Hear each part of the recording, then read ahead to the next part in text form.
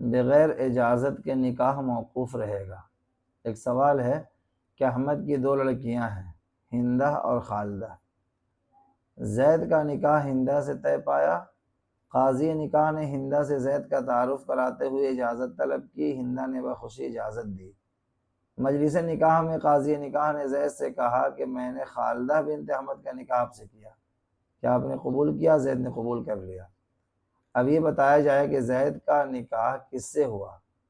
خالدہ سے جس کا نام نکاح کے وقت لیا گیا لیکن اجازت نہیں لی گئی، یا ہندہ سے جس سے اجازت تو لی گئی لیکن نکاح کے وقت اس کا نام نہیں لیا گیا؟ الجواب باللہ التوفیق۔ صورت مسئولہ میں زید کا نکاح خالدہ سے ہوا لیکن ابھی خالدہ کی اجازت پر موقوف ہے اگر وہ بالغہ ہے، اور اگر نابالغہ ہے تو اس کے ولی کی اجازت پر موقوف ہے۔ اگر خالدہ بالغ ہے اور وہ اجازت دے دیتی ہے تو نکاح صحیح ہو جائے گا، یا اگر وہ نابالغہ ہے اور اس کا ولی اجازت دے دے تو بھی نکاح درست ہو جائے گا۔ شامی جلد 4 صفحہ نمبر 97، الدر المختار جلد 4 صفحہ نمبر 97، البحر الرائق جلد 3 صفحہ نمبر 150۔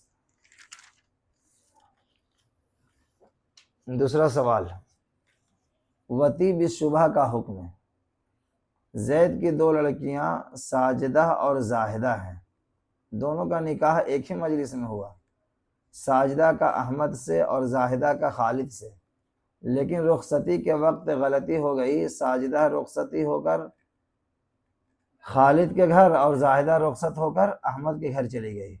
بعد میں اس کا علم ہوا، دونوں طرف کے لوگ پریشان ہیں، اس سلسلے میں جو حکم شرعی ہو واضح کریں۔ جواب، صورت مسئولہ میں فقہاء کرام نے 2 حل بتائے ہیں۔ نمبر 1، احمد اور خالد دونوں اپنی اپنی بیویوں سے علیحدگی اختیار کر لیں یہاں تک کہ دونوں کی عدت گزر جائے، عدت گزرنے کے بعد اپنی اپنی بیوی کو لوٹا لے، اس سے تعلق قائم کر لیں۔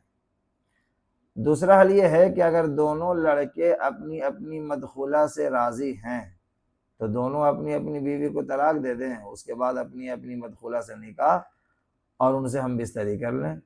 عدت گزارنے کی کوئی ضرورت نہیں ہے کیونکہ وہی صاحب عدت ہے۔ شامی جلد 5 صفحہ نمبر 183، البحر الرائق جلد 4 صفحہ نمبر 237۔ ایک اور سوال ہے، غلط نام کے ذریعے نکاح۔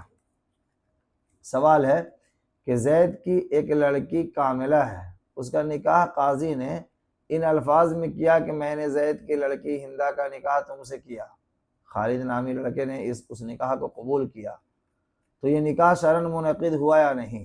الجواب وباللہ التوفیق۔